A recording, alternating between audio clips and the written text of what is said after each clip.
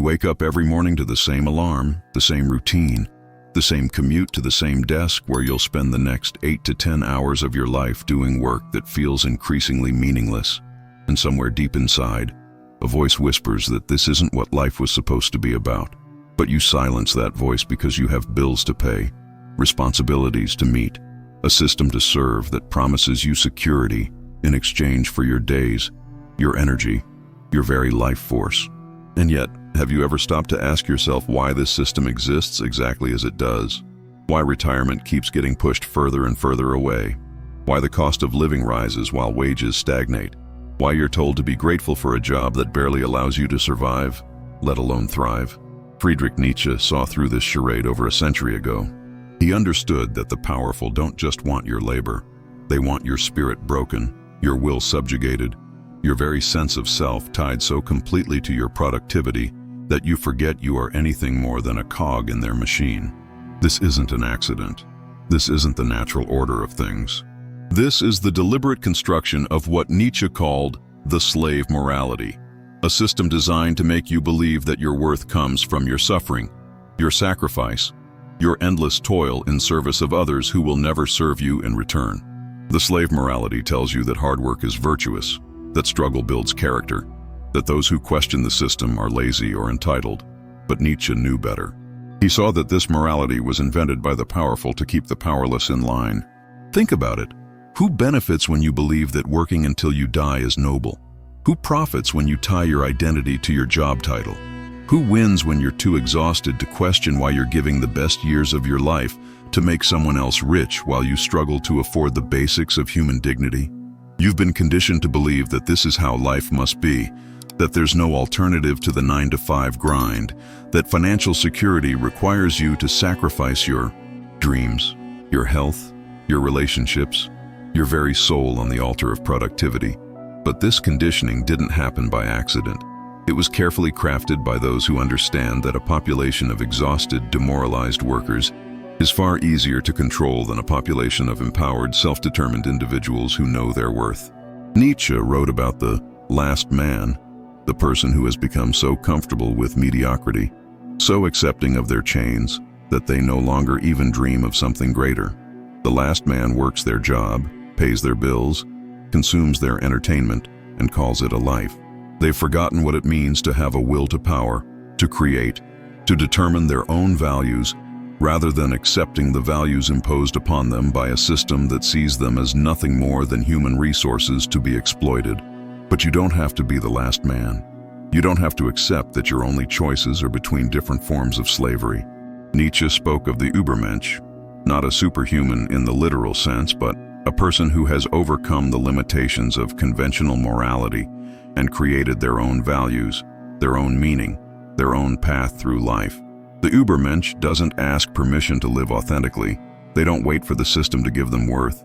They create their own worth, define their own success, and refuse to be reduced to their economic output. The system wants you to believe that questioning the status quo is dangerous, that thinking for yourself is selfish, that your dreams are impractical luxuries you can't afford. But these are the lies that keep you trapped. The truth is that your dreams, your creativity, your unique perspective on the world, these are exactly what the system fears most.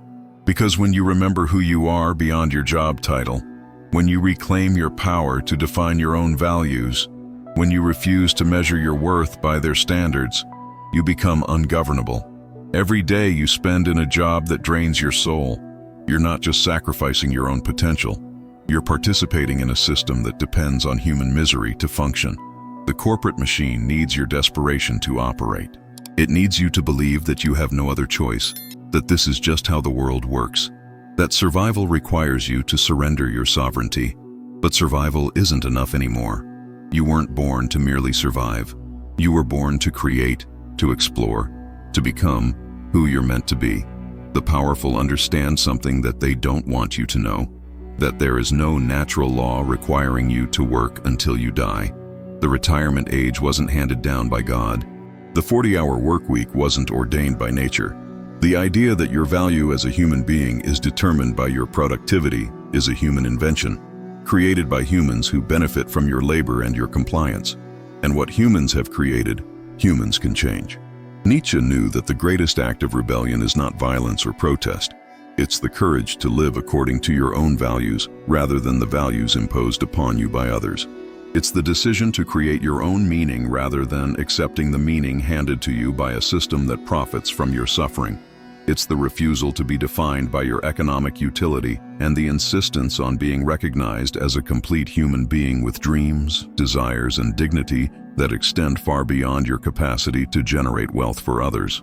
But this transformation requires more than just individual awakening. It requires you to see through the myths that keep the system functioning. The myth that hard work always leads to success. The myth that the wealthy deserve their wealth and the poor deserve their poverty. The myth that questioning the system makes you ungrateful or unrealistic. These myths are the invisible chains that keep you bound to a life of quiet desperation, and breaking them requires the kind of philosophical courage that Nietzsche championed. You've been taught to fear failure, but Nietzsche understood that the greatest failure is never attempting to become who you're meant to be. You've been taught to value security above all else, but what security is there in a system that can discard you the moment you're no longer profitable? You've been taught to be grateful for whatever scraps you're given, but gratitude without dignity is just another form of slavery. The system depends on your internalized oppression. It needs you to police yourself, to limit your own possibilities, to accept less than you deserve because you've been convinced that's all you're worth. But your worth isn't determined by your salary or your job title or your ability to make someone else rich. Your worth is inherent, inalienable, and absolute. And when you truly understand this, when you feel it in your bones, you become a threat to every system that depends on human degradation to function. Nietzsche wrote about the eternal recurrence, the idea that if you had to live your life exactly as you're living it now, over and over again for eternity, would you choose to live it the same way? Are you living a life you would choose to repeat forever? Or are you living someone else's life, following someone else's script, pursuing someone else's definition of success, while your own soul withers away? The choice is yours. You can continue to accept the story you've been told about what life must be, or you can write your own story. You can continue to measure your worth by standards that were created to diminish you, or you can create your own standards. You can continue to work until you die in service of a system that sees you as disposable, or you can reclaim your power and create a life that serves your highest potential. But understand this, the system will not make this easy for you. It will tell you that you're being unrealistic, that you're being selfish, that you're being irresponsible. It will use your own conditioning against you, activating your fears and insecurities to keep you in line. It will punish those who step out of line and reward those who stay in their place. But these are the tactics of a dying system, desperate to maintain control over people who are beginning to remember their power. The revolution isn't coming from the outside. It's coming from within. It's happening every time someone chooses authenticity over conformity, creativity over security, self-determination over submission. It's happening every time someone refuses to be reduced to their economic function and insists on being seen as a complete human being. It's happening every time someone chooses to live according to their own values rather than the values imposed upon them by a system that profits from their compliance. Nietzsche knew that the future belongs to those who have the courage to create their own values, to define their own meaning, to live as authors of their own existence rather than characters in someone else's story. The question isn't whether you have the ability to transform your life. The question is whether you have the will to do so. The question isn't whether you deserve better than what you've been given. The question is whether you're willing to claim what you deserve. You were not born to work until you die. You were born to live until you die. And there is a universe of difference between the two. The choice of which path to take is yours, and yours alone. But whatever you choose it consciously, deliberately, and with full knowledge of what you're accepting or rejecting. Because in the end, you are the author of your own existence, and the story you write with your life is the only story that truly matters. Look around you at the faces of your colleagues, your friends, your family members who have accepted this bargain. Do you see the light in their eyes? Do you see the passion, the curiosity, the wild joy that once defined them? Or do you see the glazed exhaustion of people who have traded their souls for the illusion of security? This is what the system produces. Human beings who are alive but not living, breathing but not thriving, existing but not creating. Nietzsche understood that this spiritual death is far more dangerous than physical death because it spreads like a virus through entire cultures. When enough people accept mediocrity as their fate, when enough people believe that dreams are luxuries they can't afford, when enough people surrender their will to power in exchange for a paycheck, the entire society becomes sick. And a sick society produces sick systems that perpetuate the very conditions that created the sickness in the first place. But here's what they don't want you to know. The system is not as powerful as it pretends to be. It's actually incredibly fragile, dependent entirely on your continued participation, your continued belief in its legitimacy, your continued willingness to sacrifice your life for its benefit. The moment you withdraw your consent, the moment you refuse to play by rules that were designed to exploit you, the moment you remember that you have other options, the system loses its power over you. This is why they work so hard to keep you distracted, exhausted, and afraid. Distracted by endless entertainment that numbs your mind and prevents you from thinking deeply about your situation. Exhausted by work schedules that leave you with no energy to pursue your own interests or develop your own capabilities. Afraid of what might happen if you step outside the prescribed path, if you challenge the status quo, if you dare to imagine a different way of living. The fear is perhaps the most insidious weapon in their arsenal. Fear that you'll lose your job if you speak up. Fear that you'll be unable to pay your bills if you follow your passion. Fear that you'll be judged as irresponsible if you prioritize your well-being over your productivity.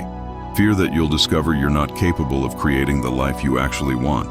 But Nietzsche knew that courage isn't the absence of fear. It's the decision to act in spite of fear, to move toward what calls to you even when the outcome is uncertain. Consider how the system has colonized your very conception of time. You think in terms of work weeks and weekends, as if 5 days of your life belong to someone else and only 2 belong to you. You think in terms of vacation days, as if your natural state is labor and rest is a privilege you must earn. You think in terms of retirement, as if the best years of your life are meant to be spent making money for others, and only when you're old and tired are you allowed to live for yourself. But time is your most precious resource, and how you spend it determines who you become and what kind of life you create. When you give your time away too cheaply, when you allow others to determine how you spend the hours of your days, you're not just sacrificing your present. You're sacrificing your future, your potential, your very identity. Because we become what we repeatedly do, and if what you repeatedly do is work that doesn't align with your values or serve your growth, then you become someone who is fundamentally disconnected from their authentic self. Nietzsche wrote about the importance of becoming who you are, but the system wants you to become who it needs you to be. Compliant, predictable, replaceable. It wants you to develop skills that serve its purposes, not skills that serve your own development. It wants you to adopt values that make you a better employee, not values that make you a more complete human being. It wants you to define success in terms that benefit the system, not in terms that fulfill your soul. This is why education has become job training, why art has become content creation, why relationships have become networking opportunities. Everything has been commodified, everything has been reduced to its economic utility, everything has been stripped of its intrinsic meaning and value. And in this process, you too have been commodified, reduced to your economic function, stripped of your intrinsic worth as a human being. But you are not a human resource. You are not a capital asset. You are not a unit of production. You are a conscious being with the capacity for creativity, love, wisdom, and self-determination. You have the ability to think, to feel, to dream, to create meaning, to form relationships, to experience beauty, to wrestle with profound questions about existence and purpose. These capacities are not secondary to your economic function. They are your primary nature, and your economic function should serve them, not the other way around. The system has inverted this relationship, convincing you that you exist to serve the economy, rather than the economy existing to serve you. But this inversion is neither natural nor necessary. It's a choice, made by those who benefit from your labor and maintained by your continued acceptance of their narrative about how life must be lived. Nietzsche called this process the transvaluation of values, the need to overturn the false values that have been imposed upon you and to create new values that actually serve your flourishing. This doesn't mean being selfish or irresponsible. It means being responsible to your authentic self rather than to systems that exploit your sense of responsibility to manipulate you into compliance. True responsibility means taking ownership of your life, your choices, your time, your energy, and your potential. It means refusing to blame others for your circumstances while also refusing to accept circumstances that diminish your humanity. It means recognizing that you have the power to create change, both in your own life and in the world around you, but that this power requires you to think differently, act differently, and be willing to face the discomfort that comes with growth and transformation. The comfortable life they're selling you isn't actually comfortable.